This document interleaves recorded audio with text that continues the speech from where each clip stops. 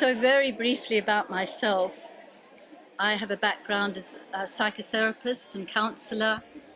I've been a meditation facilitator for over 20 years, traveling all over the place.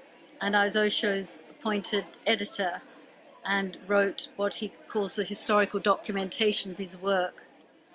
So for me, many facets of my own life come together in this particular book. Enlightenment is Your Nature. And you can see how excited I am about it, because I just came across so many amazing passages. I thought, oh, this has to be included. Oh, I must read this to them. It is really a fabulous read. I was not expecting to be so excited about it. So that's me. And I'd like to know a little bit about you guys.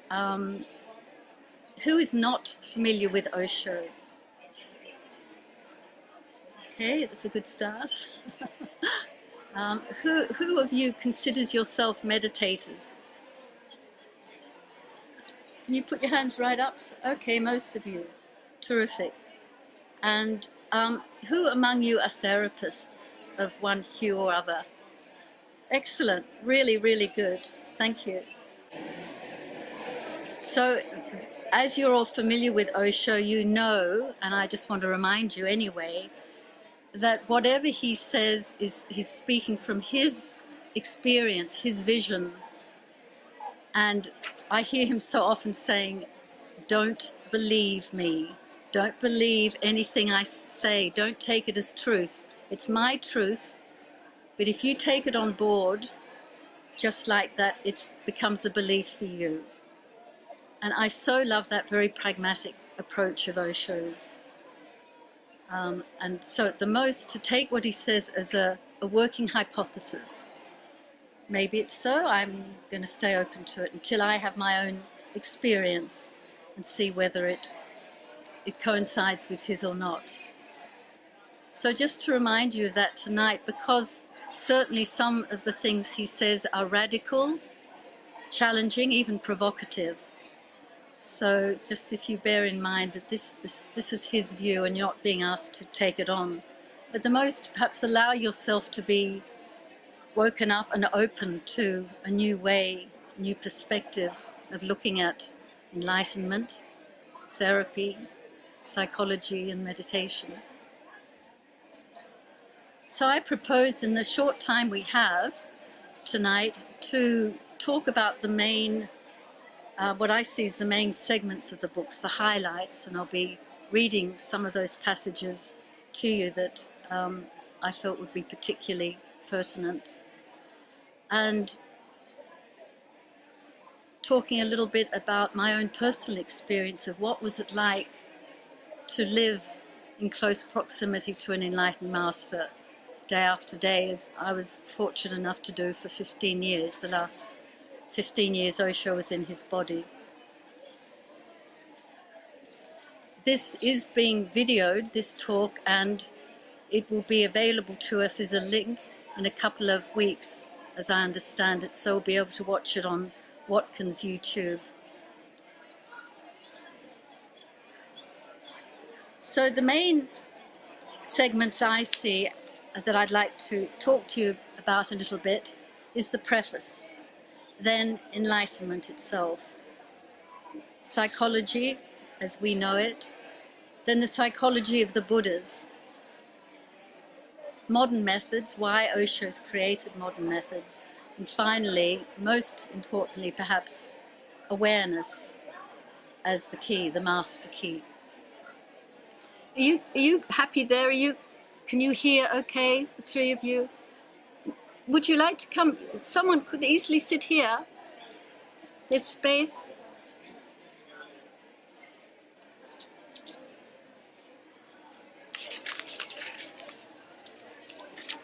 Yes, why not? Would you like to sit there? Do you need a chair? So the preface, straight away, Osho is very confronting in saying we're all neurotic. We're either normally mad or abnormally mad. And he sees the reasons for this neurosis as twofold. The first is he says humanity is evolving, moving away from the collective to becoming an individual.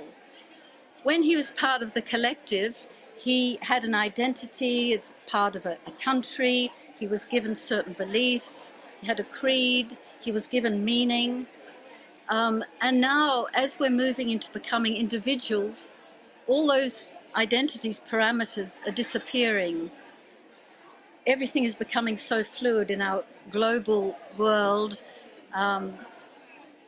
Religion, orthodox religion, not as important as it was. Even gender, people's sexuality now has become a very fluid concept. So we are thrown onto ourselves, and he says intelligent people will use this situation of saying, well, who am I?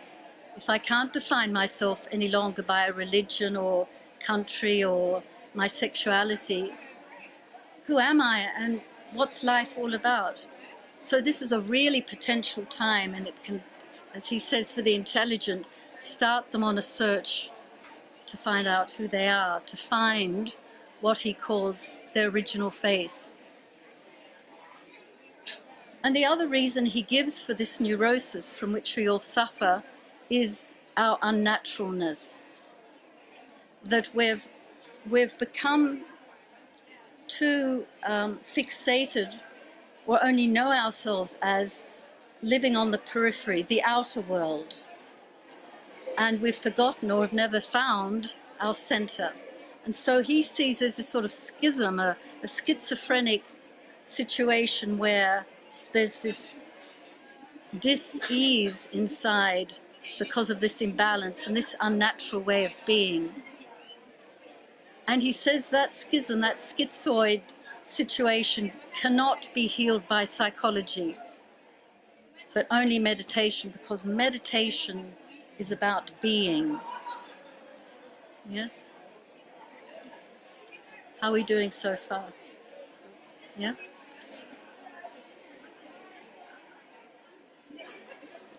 I'd like to read you this passage from the Preface.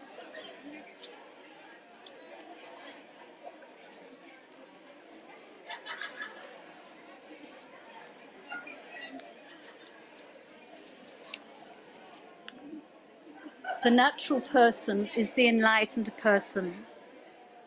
To be natural is to be enlightened, to be as natural as animals and trees and stars, to have no impositions upon oneself, to have no idea of how one should be, is to be enlightened. It's a state of being natural. It's not an achievement. You are not to achieve enlightenment. You are simply to drop the achieving mind. You have to relax into it. It is available. Relax into it. An enlightened person is not somebody who's reached to the pinnacle, who's reached the topmost rung of the ladder. You are all ladder climbers. You need a ladder, maybe in the marketplace or the monastery. It makes no difference, but you need a ladder. Enlightenment is not the last rung of the ladder. It's getting down from the ladder. It's getting down from it forever and never asking for it again. It's becoming natural. And then he says, I have to use the word becoming because of the language is not there. It's the language of ladder climbers. You can't become natural because by becoming, you will be unnatural. It's simply being, stopping doing, stopping achieving. You are already there. And it makes sense to me what he says about doing and being, circumference and center, because we call ourselves human beings. We don't call ourselves human doings. And yet we define ourselves by what we do, don't we? Our relationships, our achievements, our work, not by our beingness. And about enlightenment. he defines it in many ways. In this particular context, he talks about enlightenment as a working through the many layers of the personality until you find your original face, to use the Zen expression, or essence, of it being a process of understanding that we're not the container, we're the content. And as we've just talked about, of not being something to achieve, but relaxed into the state of being natural. Fabulous quote here that I'd love to read to you also. Oh, I've just read it. Good. I could read it twice, but there's many more. There's this wonderful question to somebody about individuality and enlightenment. How does that work if someone's individual but do they have to drop that when they're enlightened?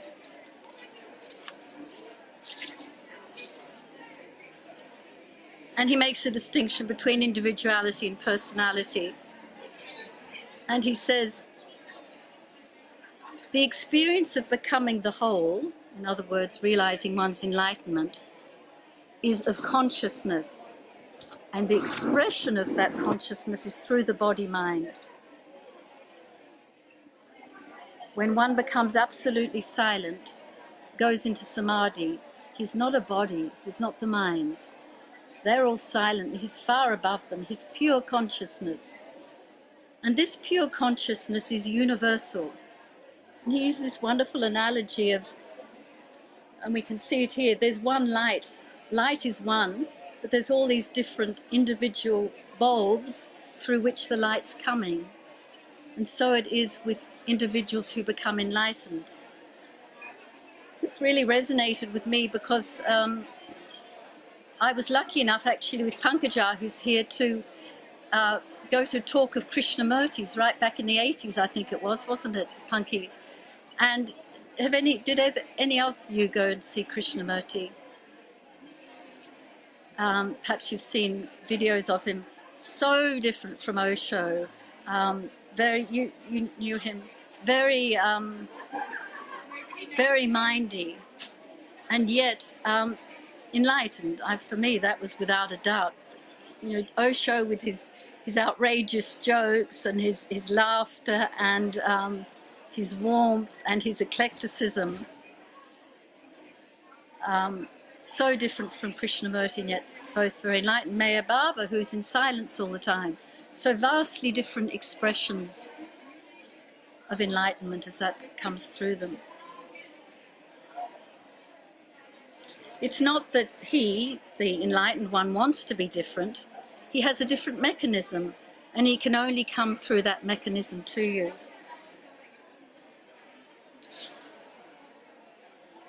He talks about enlightenment as the peak of sanity.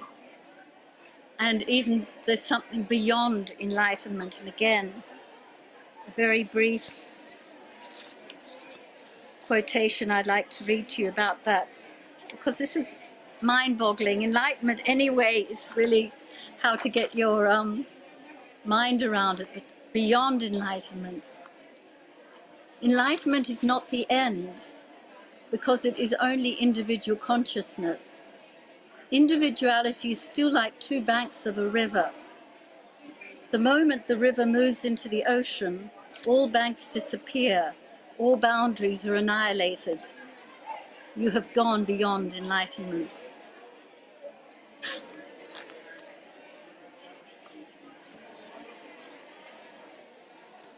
And he talks in this book about a phenomenon I find extraordinary and just extraordinary, which is that as we meditate, apparently that the light of consciousness actually affects us on a cellular level. Actually, our physical cells undergo a transformation. The more we meditate, the more the light of consciousness enters it. And he says with an enlightened master, his whole body changes, and it's called the Buddha Kaya. Kaya means body. the Buddha body. And reading this for the first time, I really got why Osho asks us not to speak of him in the past. In this book, he says, yes, when a Buddha dies, the physical body dies, but the Buddha Kaya, that enlightened body, was never born and never dies. So then I understood that this is the more essential part of Osho, the Buddha Kaya, and it's always with us. It has no beginning, it will have no end. And yeah, he said my body is completely different from the body I had when I was born, the body before enlightenment, because it's literally transformed by light.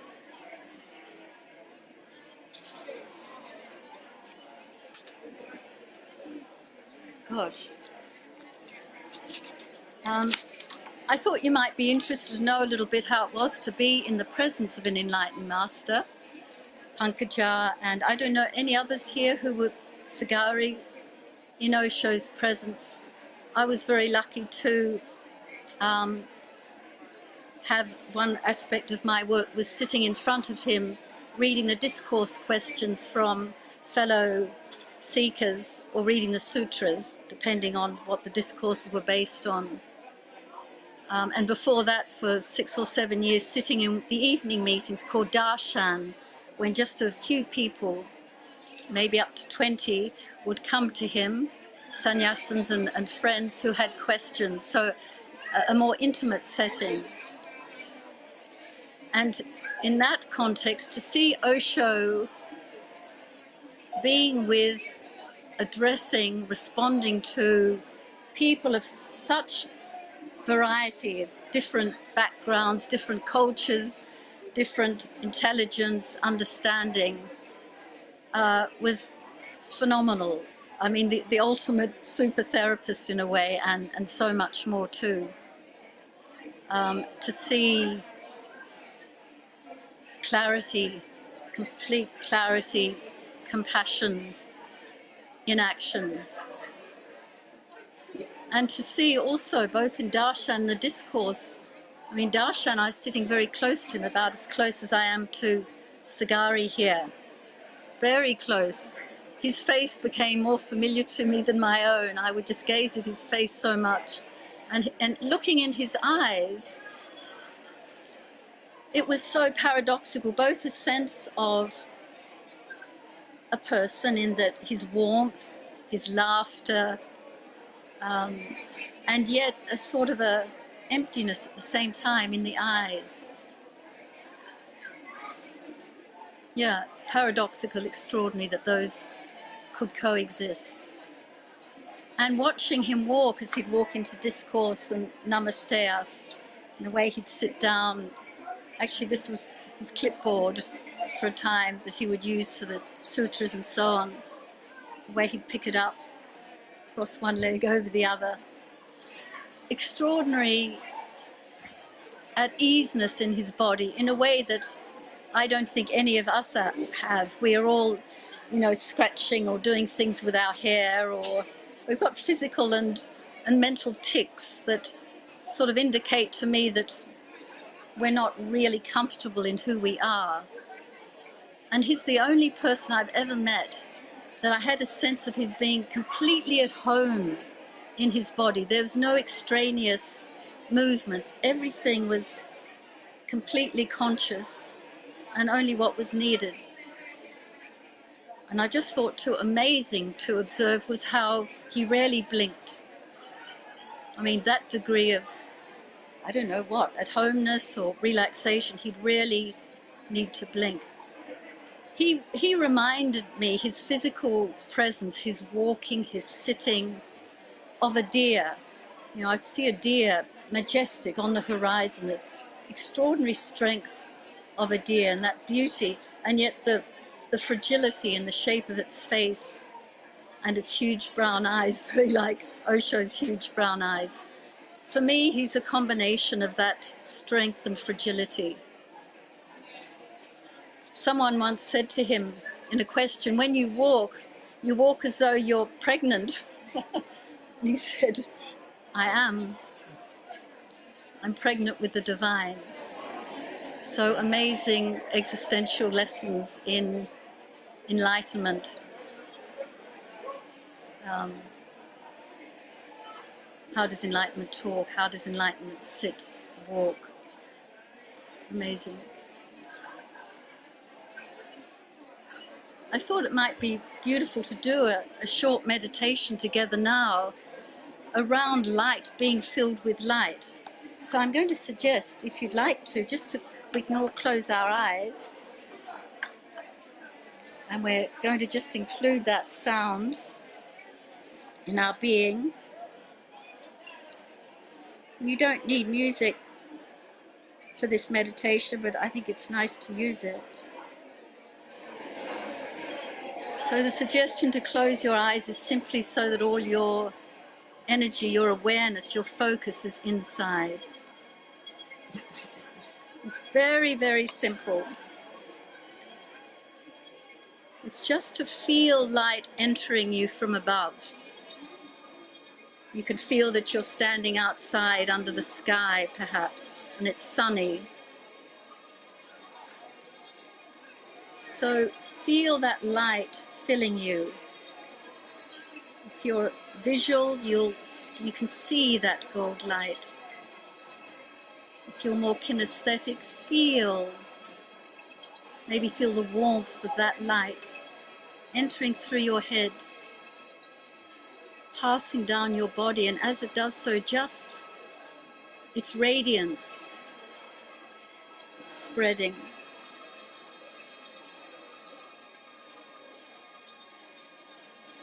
So from your head down to your toes, just traveling in your own time and your own way,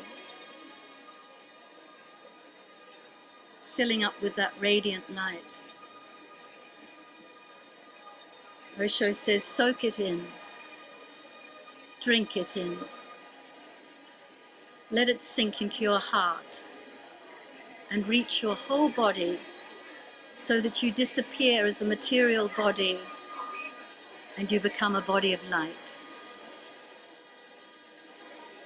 It will do miracles.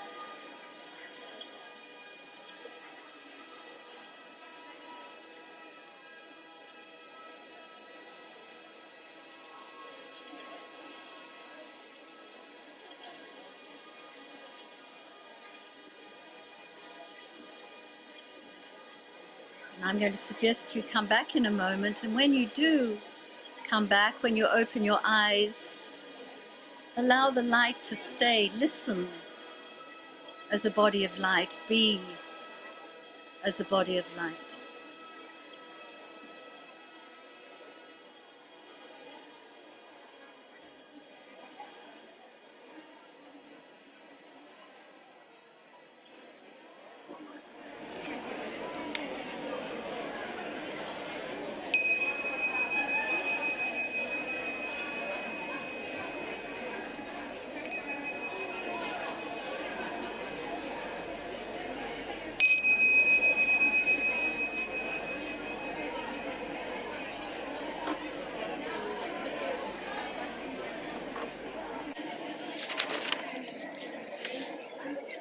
Osho on psychology.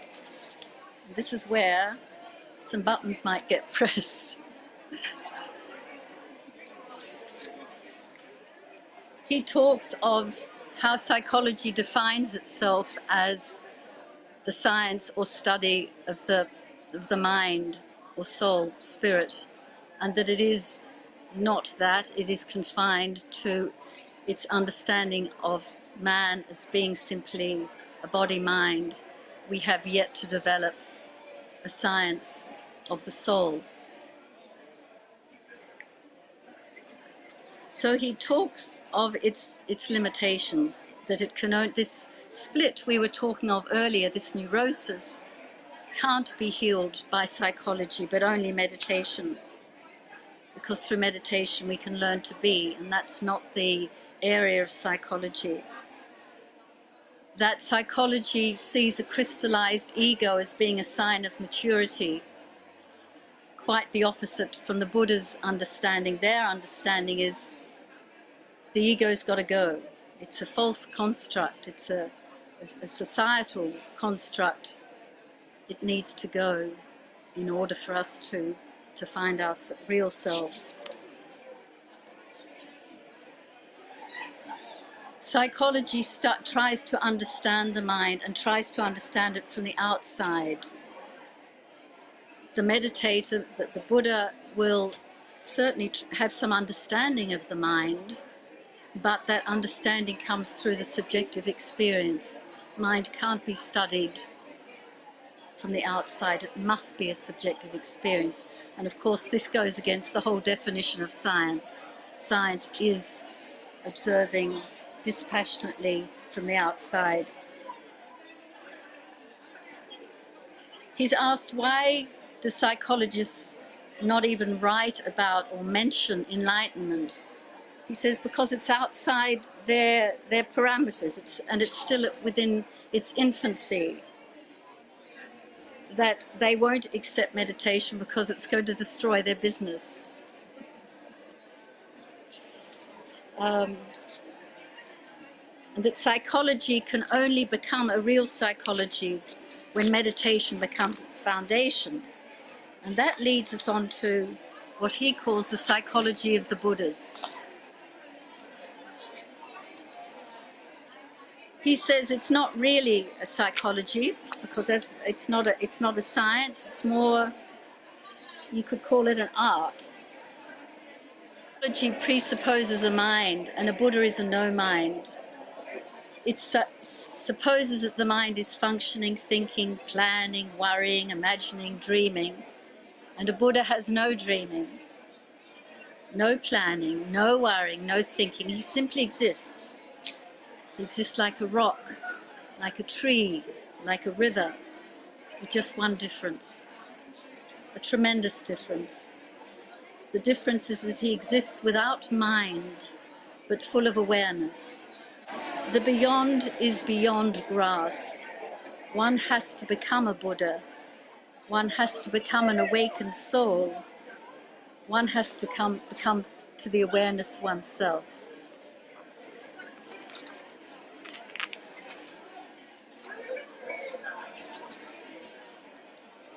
So the psychology of the Buddhas, essentially how to get out of the prison of the mind,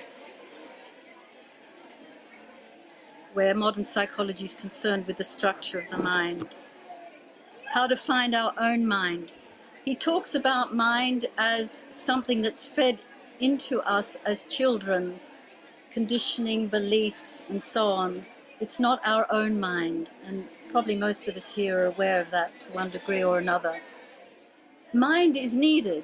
Mind got us here. We need a mind for analyzing, seeing distinctions, planning, but it's not the whole story. And we need our own individual mind, not something that's been fed to us by our society or religion. The psychology of the Buddha's understanding is that we can't know truth through the mind. That we have to be cleared of the mind, and then only can we know our home, our soul, as he puts it. And that what we call awareness, witnessing, watching, noticing, inner observing, whatever you like to call it, is absolutely key, because the focus is not on the other, not on the trigger, but oneself. For example, anger. Not that someone's pressed your button and that you're angry, so perhaps challenging the person, privately blaming them or reacting to them, but turning the energy around 180 degrees, coming back to oneself where the anger is. As he often says, someone can't provoke anger in you, they can't make you angry unless you have that anger inside. They can't just come and put it in your mouth. It's there. You know, a Buddha, for example, can't be made angry. There is not that degree of unconsciousness in him, by definition. So awareness, watching inside, is coming back to ourselves and noticing that anger. Now, out of that, we might then find a place where we can consciously release that anger. But it's about bringing consciousness to that observation. It's about taking responsibility for our anger. So, moving on, there are whole chapters in the book about one devoted to consciousness, unconsciousness, and wholeness. One on awareness is the key. He uses the analogy of darkness and light, that darkness is not an entity in itself. If a room is dark, you don't set about doing battle with the darkness. You turn on the light, and then darkness is dispelled. It's not a problem. Similarly, with meditation, not working directly with the unconscious, bringing in the light of consciousness. So this is a very big difference from psychology. He talks about there's a whole chapter on the limitations of the scientific approach. Basically, what we've been saying is that science is an objective study, and that's not what meditation is about, or finding our central selves. Very quickly, about therapy. Now, I practice therapy and meditation myself in my work wherever I am in the world. In Pune, where I go to the Osho International Meditation Resort yearly, I run workshops there and individual sessions, and my work is a combination of my psychotherapeutic skills and experience combined with my own experience of meditation and what I've learned from Osho. And under that umbrella, I have a very whole package, I think, with which to work with a client. He talks about the difference between a patient coming to you as a therapist and a disciple coming to a master. That basically the patient's coming because they feel or they're perceived as having a problem, something wrong with them. The disciple comes to a master to learn. And he says, actually, therapy, real therapy, is about learning or unlearning wrong ways of being. The therapist is an expert in his field, but he has personal problems. The master has none. He's beyond problems. The therapist's perception of the client and his issue and how that might best be dealt with is necessarily going to be clouded by his own unconsciousness, his prejudices, his biases. The master has none. His look is direct and unencumbered with any personality, with any agendas, subtexts. And finally, he says, when a therapist looks at you, the patient, that look reduces you. When a master looks at his disciple, it's a heart-to-heart connection.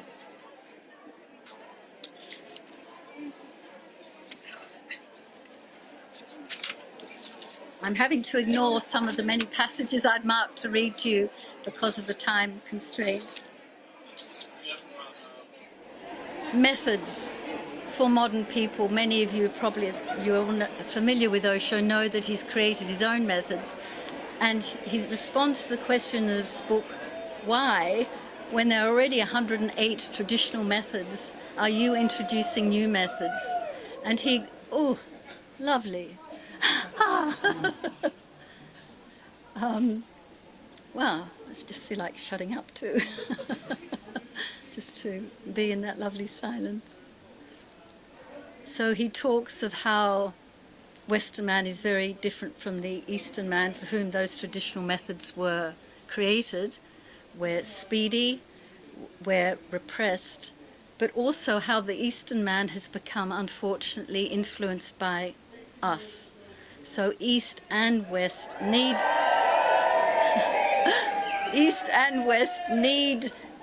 methods of release. And this is why he talks so much about sexuality, because it's an area where most of us, Western and Eastern people, are repressed. It's still a taboo, even though that's changing a lot. Same with death, other big taboo. He calls his methods preparatory methods, cleansing methods, to prepare us for that stage where we can then benefit from those traditional methods. And he says, therapy is used in my work in your search for your individuality and its uniqueness. Then you can grow into more consciousness and ultimately enlightenment. So therapy is the groundwork in preparation for meditation. And finally, he starts the book with enlightenment, and he ends the last chapter is, forget about enlightenment. And I just want to read you this wonderful last passage. Lovely sort of note to end on. Your truth is not to be thought about. It has to be seen. It's already there. You don't have to go anywhere to find it. You don't have to think about it. You have to stop thinking so that it can surface in your being. Unoccupied space is needed within you so that the light that is hidden can expand and fill your being. It not only fills your being, it starts radiating from your being. Your whole life becomes a beauty that is not of the body, but a beauty that radiates from within, the beauty of your consciousness. Has Osho said anything about attachments and freeing ourselves of attachments? A lot. That was one of the, probably the most favourite area of questions to him about relationships. Yes, and for me it's an amazing koan, one I started asking myself recently. I don't know why I'm not in a relationship, but just people I love, animals I love. What's the difference between loving and being attached? That's what I ask myself when I notice my affection for a cat or a dog or a person. Maneesha, is this pure love or is there attachment there? So it's a great sort of question I find to carry with myself.